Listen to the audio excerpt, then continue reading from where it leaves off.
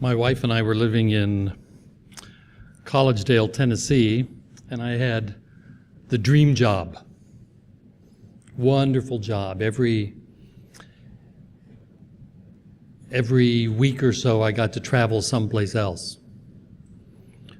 And I became quite the frequent flyer. The woman with American Airlines who did my ticketing, her name was Claudette Murphy.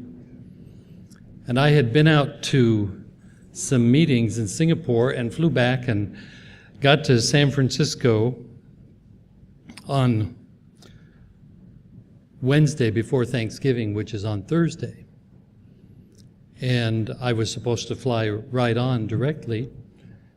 And the agent at the counter was very slow. And by the time I got to the counter, I had missed my flight, and I'd had plenty of time. I called Claudette, who was on the East Coast, early the next morning, and I said, I'm stuck in San Francisco, and I want to get to Florida today to be with my family for Thanksgiving. She said, you know, it's Thanksgiving and everything is full, but I'll see what I can do. Go to the airport. Oh my, when I got to the airport, they were waiting for me. They ushered me to the gate and they said, we'll check your luggage, don't you worry about it. I thought, my. I got on the plane and they said, now, do you have everything you need? I said, well, you only let me have 2 carry-on and I had one more that you made me check in, but it's a very precious briefcase because it has some important papers in it. And they said, oh, just a minute. And I looked out my window from first class where they'd put me, and I saw them go up the conveyor belt and get my suitcase and bring it back, my briefcase, and bring it out, and they held it up to the window and pointed at it. I said, yes. And they brought it to me. When I got home, I called Claudette and I said, what did you say to them that had them treat me so well? And she said, well, I lied. I said, what lie did you tell? You know, it might come in handy later. She said, I told them you were the president of the Adventist church for the whole world. I was president of the General Conference for one day. One flight, actually. Well, 2 flights, because when the plane changed in Dallas, they had a hotel room waiting for me with a bowl of fruit. You know, they treat him all right, I can tell you from personal experience. But after a few years in that wonderful job, I realized that my children were growing up with only my wife to carry the burden. I was gone 3 weeks out of every 4, and so Dr. Tamareri from Bandung Adventist Hospital had said to me, find us someone to come and work at the hospital as a volunteer. He said, we'll pay $112.50 a month. I said, I'll ask around. Certainly someone will want to. And I would ask kids graduating from college, and they said, no, I didn't go to college to get a job working for $112.50 a month. And I said, but money goes so much further in Indonesia. I'll tell you, it doesn't go that much further. And they'd say, no, no. And one of them said to me one day, if it's possible, why don't you do it? And I went home and I said to my wife, let's do it. She said, I'm ready. So we took our 4 children and we moved to Bandung. Now, when the war ended, the Dutch had to leave Indonesia pretty quickly. Indonesia had gained a form of independence under the Japanese. And now they didn't want the Dutch coming back. And the Dutch had come back, but now the Indonesians were telling them to leave again. And they left quickly. And the Far Eastern Division bought a number of beautiful old Dutch homes in Bandung, the homes that were built around the turn of the century, a century ago. Beautiful colonial homes. They bought them for next to nothing, much cheaper than you could build a house for. And when we got to Bandung with our 4 children, the hospital president said, we have a home for you. And they took us to a beautiful old Dutch house to live in. Oh, it was nice. Nicest house we have ever lived in, ever. And this side of heaven, the nicest house we will ever live in. And on the front of the house, it had a Dutch word, Gesien. And I thought, oh, it must be the name of the man's wife who built the house or something. Beautiful Gezien. And one day a Dutch friend came to visit us who had been born in Indonesia during colonial times. And we said, is that someone's name? He says, oh, no. Now, he was really, really Dutch. One time we had bought an old mirror with a beautiful teak frame, and he saw it, and he said, oh, yeah, something else the Indonesians stole from the Dutch. And I said, yes, I'm sure they stole that teak frame from the Dutch and their teak forests in Holland. And this time he said, no, it's pronounced Gezien. You know, the Germans and the Dutch have a wonderful ability to make everything sound like they have a sore throat. Gezien, he said. And it means, I have seen. This morning, I want us to look at Scripture and reminisce some of the things that have been seen before. The wise man said, there's nothing new under the sun. And we find that this is so true in the story of Jeroboam. It tells us in 1 Kings chapter 11 that Jeroboam was working for King Solomon. He was a servant. And as Solomon was building temples and walls and porches, he discovered that Jeroboam was a very good worker, and so he elevated his position. He promoted him. He was very pleased with him. And Jeroboam was doing a good job, and one day as he was coming into Jerusalem, he met Ahijah the prophet. Wouldn't it be something to live in a time when you meet a prophet? I had a message from Madam Lim, the college principal. She said, I didn't get a hold of you, never mind, I'll talk to you tomorrow. Oh my, I didn't hardly sleep. I kept thinking, what have I done? What on earth have I done? And the next morning I saw her and I said, what have I done? She says, nothing. I says, oh, I'll try to do better. She says, no, I mean, you didn't do anything wrong. She said, I wanted to talk to you about some ideas I have. What would it be like to live in a time where you might meet a prophet on the road who knows, who searches the heart? You could become a brother R in Testimonies to the Church. Somebody who can tell you everything that you've thought and done and what you're going to do. And the prophet had a new coat, and he took it off, and he tore it in 12 pieces, and he gave 10 pieces to Jeroboam. And he kept 2 for himself. And he said, the kingdom is going to be taken from the house of David because of Solomon. 10 of the tribes will go to you, and 2 will remain with the house of David. And he anointed him to be king. Solomon heard about it and immediately set out to kill the very person that previously he had promoted. Jeroboam fled to Egypt to escape. Later, Solomon dies. Jeroboam returns, and upon his return, the people are coming to Shechem, where they're going to install Rehoboam as king. But first, they send representatives to ask Rehoboam, what kind of a king are you going to be? They said, your father taxed us heavily. And he gave a wise answer. He said, give me 3 days to think about it and then come back. When they left, he asked the elders, his father's advisors, what should I do? You know, I heard that there's a Chinese saying that says, "I have eaten more salt than you have rice." It's a very good saying. Very, very good saying. I remember when I had that job where I traveled so much, I had a thick passport. And I had landed someplace and I was getting ready to board, and somebody came and said to me, "You don't have a boarding pass." I said, "This that says boarding pass is my boarding pass." She said, "No, that's not a boarding pass." I said, "It tells the gate number, the flight number, the seat number, and it says boarding pass." She said, No, you have to go back out and get a boarding pass."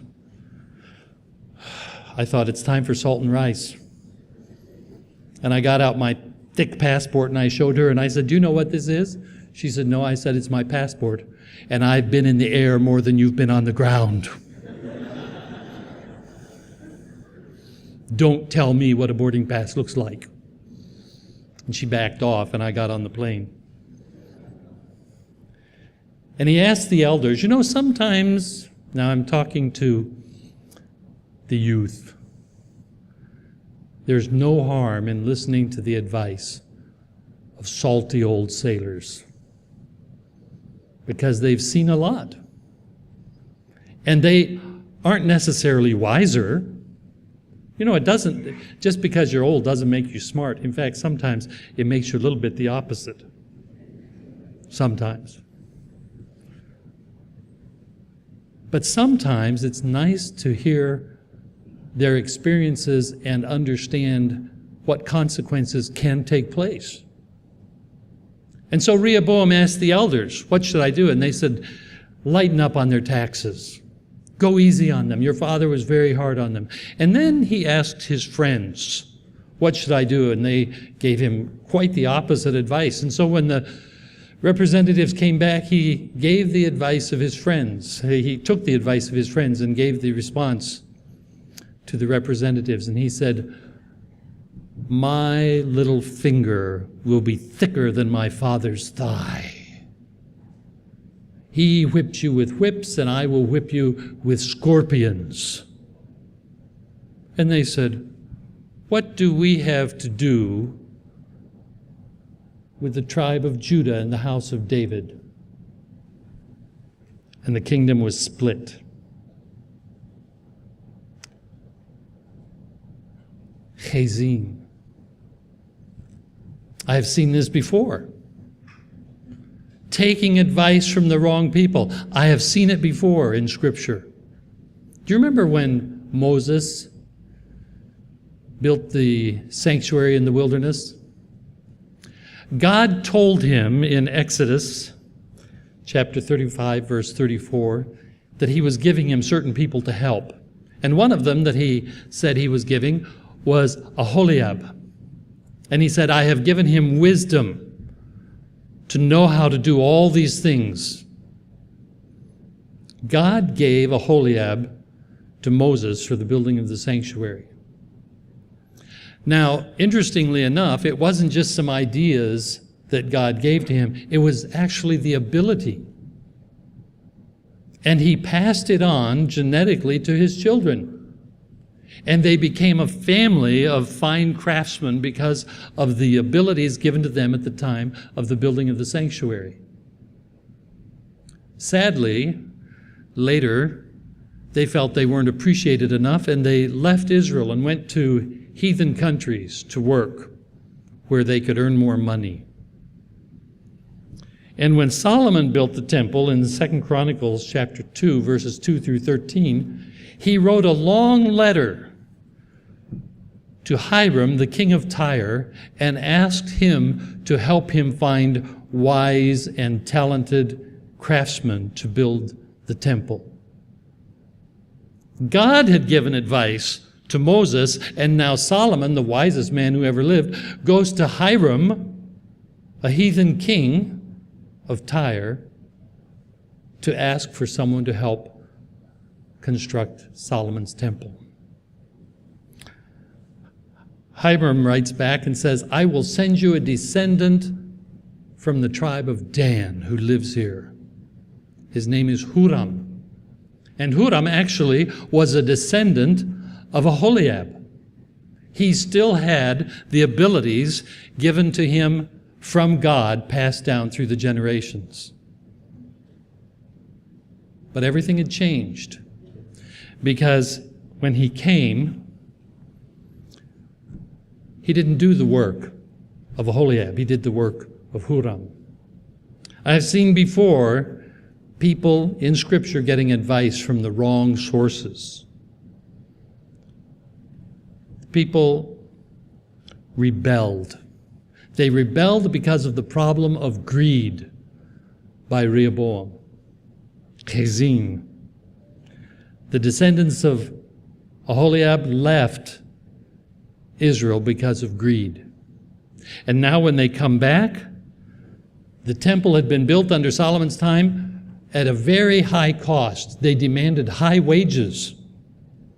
They said, "We are from Tyre. We have been recommended by the king." Gone was the spirit of sacrifice that had built the first sanctuary in the wilderness. When the people brought and brought and brought, and everything was given and the time was donated, those days were gone. And now, here comes Huram, a descendant of the man who had helped to construct the tabernacle in the wilderness, and he says, "I need high wages." And his attitude infected the others, and pretty soon everyone wanted higher wages. And Solomon, because of this greed from a descendant of Aholiab, had to raise the taxes on the whole nation to build the temple. A temple built for profit, not for sacrifice. And so now the Ephraimites revolt. The Ephraimites revolt against Rehoboam. Chezin. You've seen this before in Scripture. Remember the story of Gideon and his 300 men? Remember what a signal victory they had?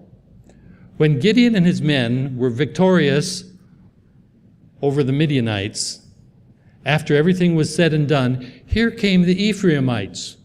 And they said, "Why did you go to battle without us? You took all the glory for yourselves. We could have had some glory too. Why didn't you include us in the battle?" They could have been included in the battle. Maybe they left at the time when he said, "If you're afraid, go home." The story of Jephthah, also in the book of Judges. Jephthah has a wonderful victory against the Moabites. First, he tried to reason with them, and they wouldn't listen. And then he goes on to have battle with them, and he wins. And after the battle, the Ephraimites come, and they say, "You went to battle without us. You took all the glory for yourself." Seems like an old song, second verse. They said, "We're going to burn your house down with you in it. We're going to kill you because you didn't include us in the glory." This seemed to be the hallmark of the Ephraimites. Have you heard the word Shibboleth? Shibboleth was a ford in the River Jordan, a crossing point. And the Ephraimites died, 32,000 of them, crossing the Jordan because of their want for glory. They died at a place called Shibboleth.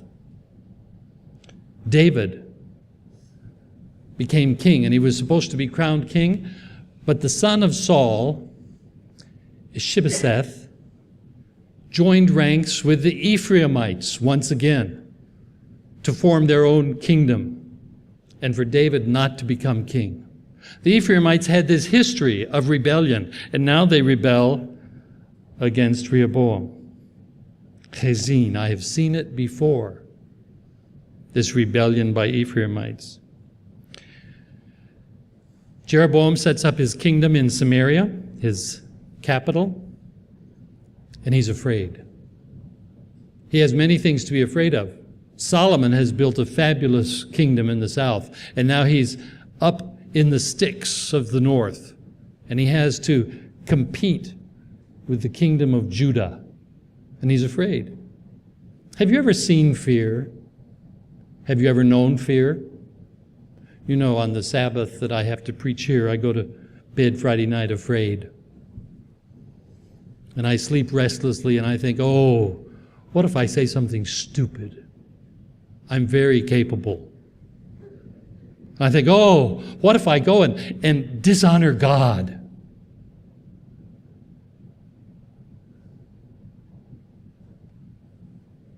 Have you ever been afraid? Of course. And Jeroboam should have read the words of the psalmist in Psalm 53:6, where he says, "At what time I am afraid, what? I will trust in thee." But he didn't. When he was afraid, he did something else. Something very, very sad. He decided the problem could be when the people went to the fabulous temple in Jerusalem to worship. And so he set up his own places of worship, two of them, one in Dan to the far north and one in Bethel in the south. And at these places of worship, he thought, because all the priests are required once a year or more to go to Jerusalem to worship at the temple, I will waylay them, and when they pass through Bethel, they'll see, oh, we can worship here. And they won't go on to Jerusalem. And the people in the north, in Dan, they'll think, well, why should we go clear down south to worship when there's a place right here to worship? And so he set these places up, and he was consecrating the point of worship in Bethel. He had an altar, and he had a golden calf. Chazin. Have we seen a golden calf before? Yeah. Aaron had a golden calf. Egypt had the golden calves. They had worshipped the golden calf in Egypt. You know, it's very, very interesting if you study about the golden calf, about the worshiping of the cow, Isis. It has a certain structure. Between the horns is a sun. And this very same icon is used to hold the Eucharist in the Holy Mass. The very same sunburst holds the Eucharist in the Holy Mass. And they say this is not just a wafer anymore. This has become the actual body of Jesus Christ. And when the priest walks in and the people see this sunburst, everyone bows. Not to Jesus, but to a wafer that represents him. And to the sunburst, first seen on the cows worshipped in Egypt. If you look this up to study it, you will not find that it's people who don't like the church that say that. The church itself admits this is what we do and this is what we worship. Later, this sacred cow became a human, a woman, Isis. And the mythology has her nursing her child, which became the veneration of Mary, feeding Jesus. I have seen before the golden calves. You know, when the world was destroyed by the flood, why? Why destroy the world? Why not just punish the wicked? The world was beautiful. Why ruin it? At the time of the flood, the earth was under two curses already. The curse against Adam, because of the sin in the Garden of Eden, and the curse against Cain because of the killing of Abel. And yet, this young world was still beautiful at the time of Noah. However, humankind, in their early days, had already enjoyed so much the beauty of the earth that they no longer worshiped the Creator, they worshiped the creation. They worshiped trees. They worshiped precious metals. They worshiped the works of their hands. And all through Scripture, amazingly, we find admonitions, never have my altar near a grove of trees. God's worship is not to be associated with trees. We're to worship God, not what He has created. I've lived places where there were spirit trees. In Hong Kong, there were spirit trees, and they had shrines hanging all over in them. And God, knowing the time of the future, said expressly, never worship me in a grove of trees. And the only way to stem the idolatry that was pre-flood was to also destroy all the beautiful things, to cover the precious stones, to uproot the trees. You know, we learned yesterday morning, crossing the street in front of the hospital, that God can do whatever He wants with a tree, can't He? He can uproot any tree and half of the road if He wants to. And yet people will worship a tree.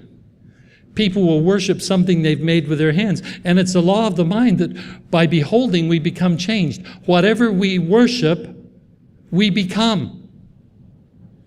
And men became fools, worshiping things that they had created.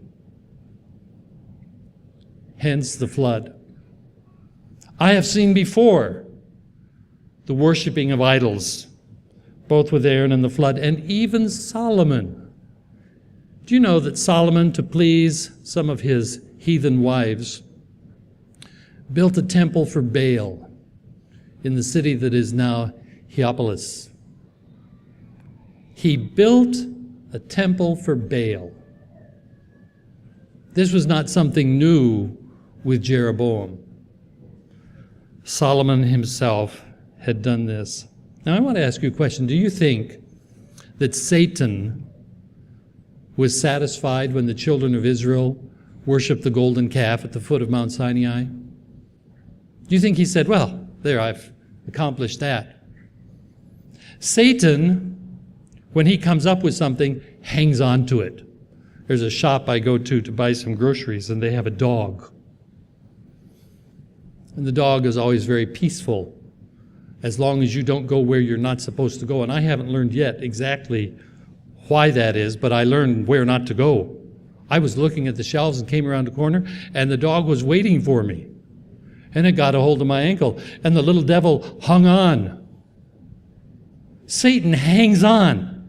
He doesn't just snap at us, he hangs on. He said to Eve in the garden, you won't die. Has he changed his story in 6,000 years? No. He still teaches, you will not surely die. He still teaches, you must know good and evil. And we hear parents say in the raising of their children, I want my children to know good and bad so they can make a wise choice. No. They can learn bad easily enough. Parents, Christian parents, Seventh-day Adventist parents, don't need to teach their children what's bad. Our work is to teach our children what is good. And all of these lies that he told in the Garden of Eden, you can be like God, they have not changed in 6,000 years. And don't believe for a minute that the worship of the golden calf, he dropped off at the base of Mount Sinai because the children of Israel had to drink gold dust.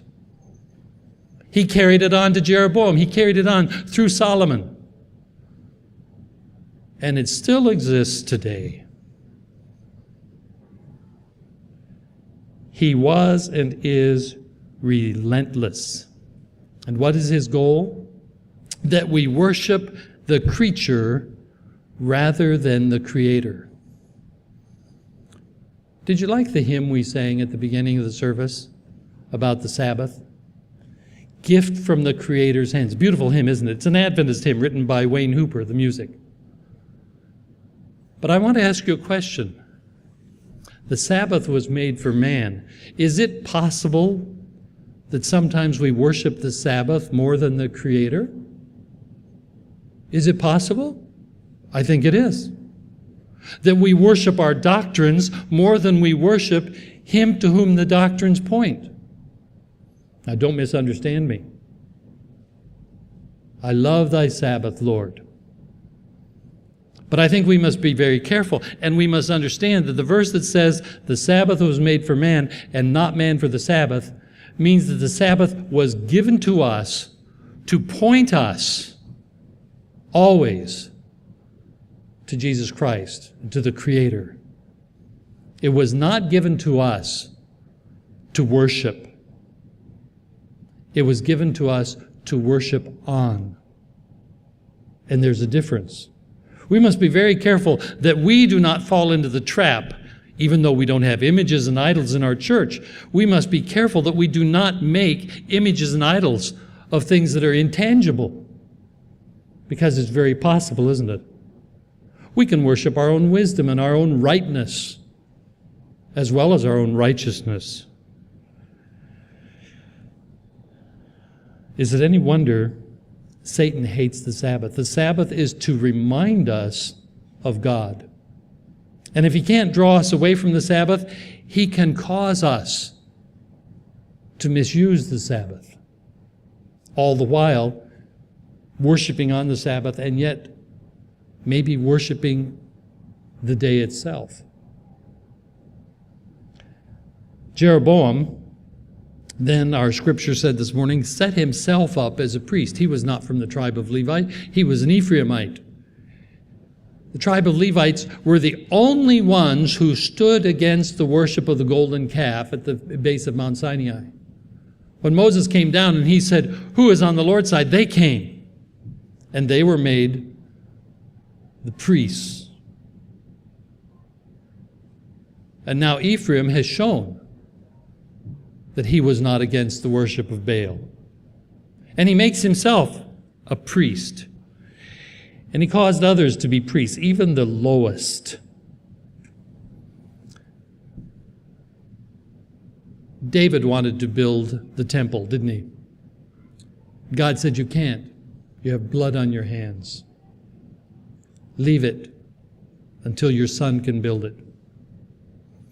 Solomon came and he built the temple, and God said, "It will be a house called by" what? "My name." To this day, that temple now destroyed is called what? Solomon's temple. It became a house called by Solomon's name, not God's name. Solomon also set himself up where he was not to be. Just like Jeroboam, who installed himself as a priest, Solomon became the one after whom the temple was named, Hazin. And I want to ask you this morning, do we see any of these traits that we've discussed this morning in ourselves? Have you seen in your own heart, as I have in mine, desires for things that are not matching with God's desires for us?